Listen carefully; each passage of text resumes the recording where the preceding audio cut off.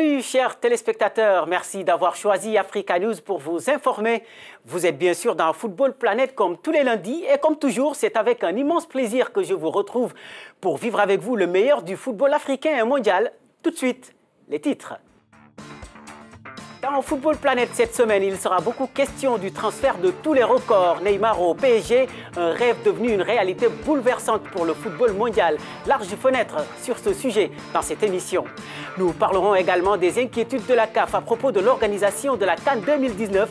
Le président de l'instance se montre de plus en plus sceptique. Au sommaire également, le marché des transferts avec notamment le départ de Manchester City de l'attaquant nigérian Kelechi Iheanacho, le Super Eagle, rejoint les Foxes de Leicester City. Les détails dans quelques instants. Bienvenue dans Football Planet. Le sujet aura passionné tous les débats pendant 2 semaines, mais Neymar au PSG semblait relever du domaine de l'utopie pour certains. Et pourtant, ce que la planète tout entière pensait impossible s'est finalement réalisé. Le prodige brésilien est officiellement devenu vendredi un joueur parisien. Et dire que la clause libératoire était de 222 millions d'euros. Mais rien ne semble excessif aux yeux des Qataris qui viennent de créer un énorme séisme. Tout d'abord pour le FC Barcelone, ensuite pour le club parisien qui rêve encore plus grand, un rêve qu'il partage avec son nouveau joyau, accusé par certains de privilégier l'argent au détriment du sportif. Mais Neymar ne le voit pas ainsi. Suivez-le. L'ambition que ce club tem, qui est parecida.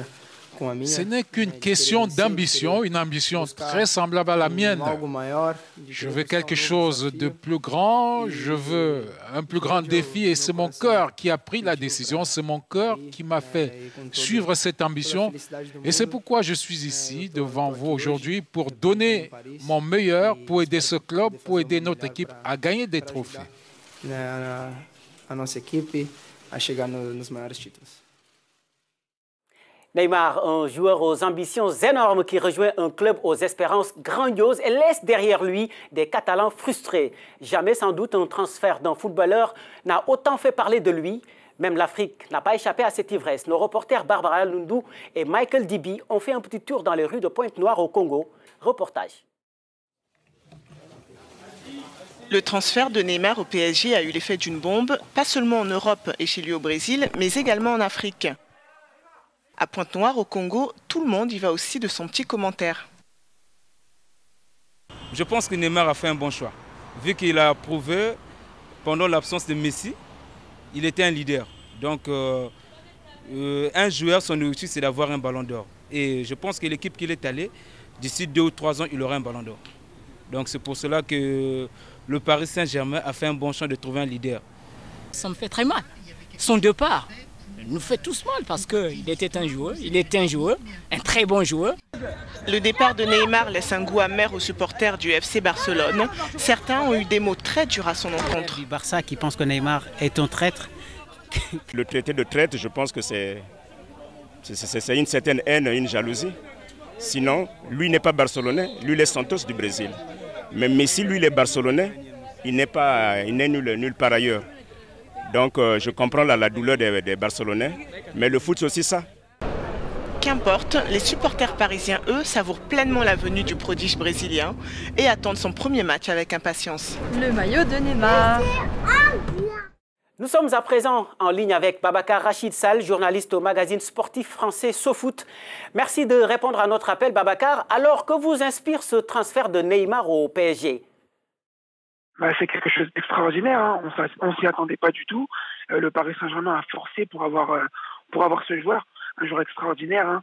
On rappelle qu'il a été 3e du dernier Ballon d'Or et le Paris Saint-Germain a réussi son pari de déloger Neymar au FC Barcelone. Vous pensez donc qu'avec le PSG, le Ballon d'Or sera plus à la portée de Neymar, c'est ça ? Écoutez, je pense que c'est son objectif, hein. Comme il était au Barça, il y avait Messi devant lui. Donc malheureusement, quand vous jouez avec Messi, on sait que Messi monopolise l'attention et a plus de chances de remporter le Ballon d'Or. Dans une autre équipe, il y avait Cristiano Ronaldo avec le Real Madrid. Et bien évidemment, Neymar se devait d'avoir sa propre équipe pour pouvoir avoir une chance de remporter le Ballon d'Or. Et le projet du Paris Saint-Germain lui correspond totalement. Et il lui permettra peut-être, s'il réussit à atteindre ses objectifs, de remporter le Ballon d'Or. Mais Babacar, le prix du joueur, 222 millions d'euros, le trouvez-vous raisonnable ? Écoutez, il n'y a rien de choquant. Hein.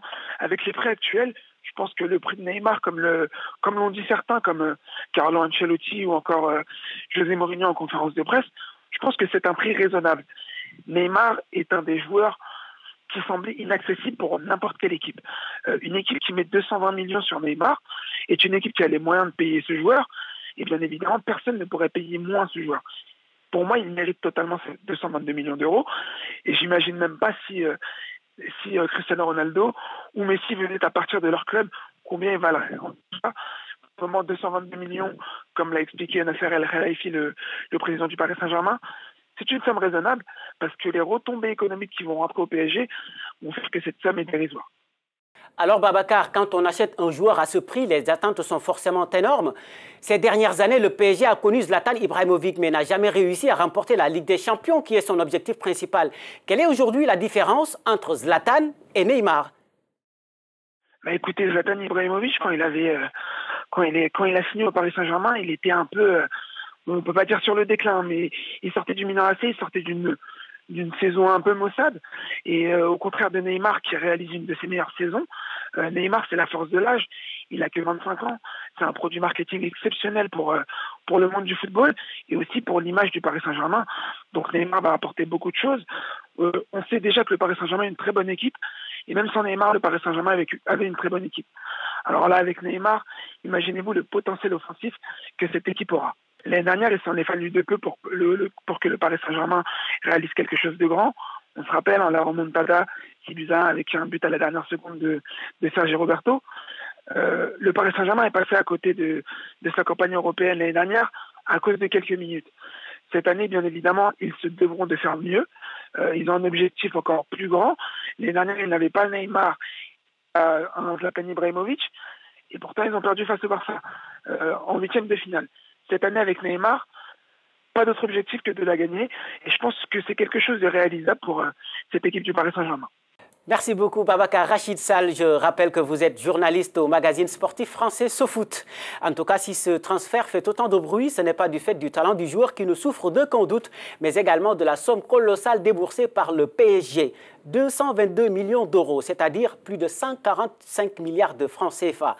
À titre comparatif, c'est plus que le prix de transfert du top 5 des footballeurs africains les plus chers réunis. Pour vous donner une idée là-dessus, regardez cette vidéo.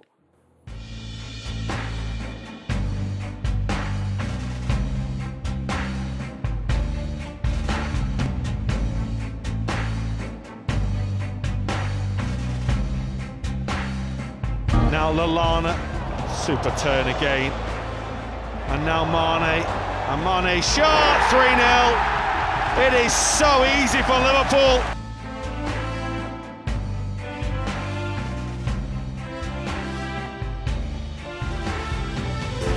I spent 8 years in Chelsea and it was 8 years of fantastic memories. It meant an interesting story of my life. When I went to take this penalty, I was super confident.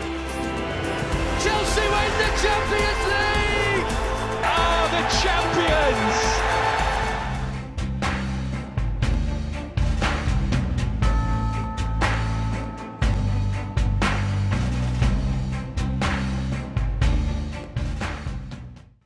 C'est sûr qu'on continuera encore de parler de ce transfert de Neymar au Paris Saint-Germain, mais les supporters parisiens devront encore patienter puisque la Ligue française de football attend toujours les documents nécessaires à la validation du transfert du joueur brésilien. Retour sur le continent pour évoquer les suites du drame qui a frappé le football sénégalais il y a 3 semaines et qui a fait 8 morts. Eh bien, la Ligue sénégalaise de football professionnel n'a pas été tendre avec le club incriminé, l'US Ouakam, qui a écopé d'une suspension de 7 ans plus une amende de 10 millions de francs CFA. Le club a décidé de faire appel.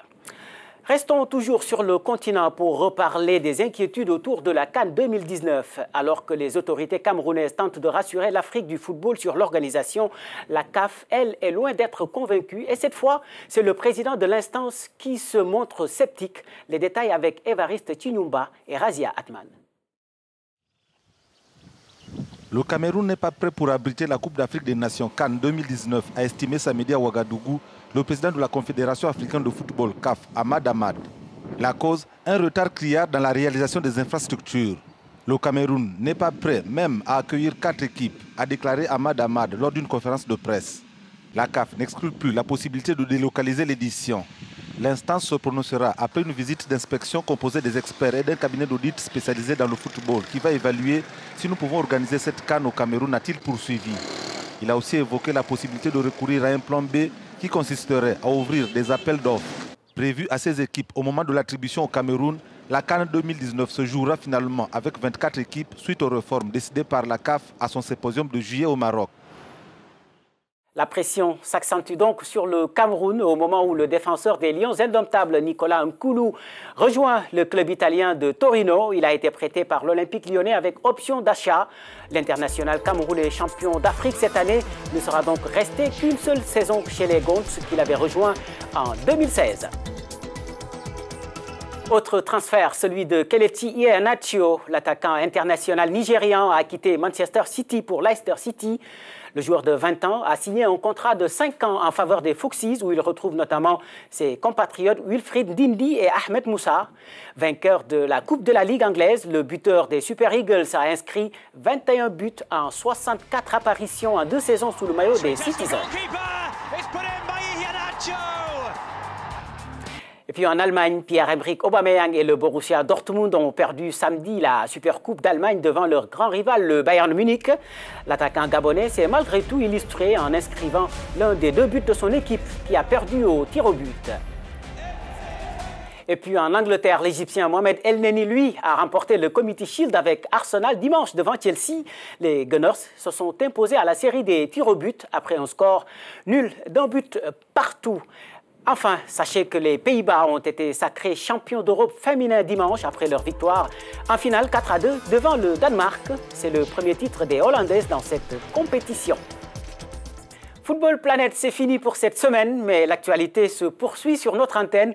Vous pouvez retrouver aussi l'émission sur notre site web www.africanews.com. Nous attendons également vos réactions sur nos pages Twitter et Facebook.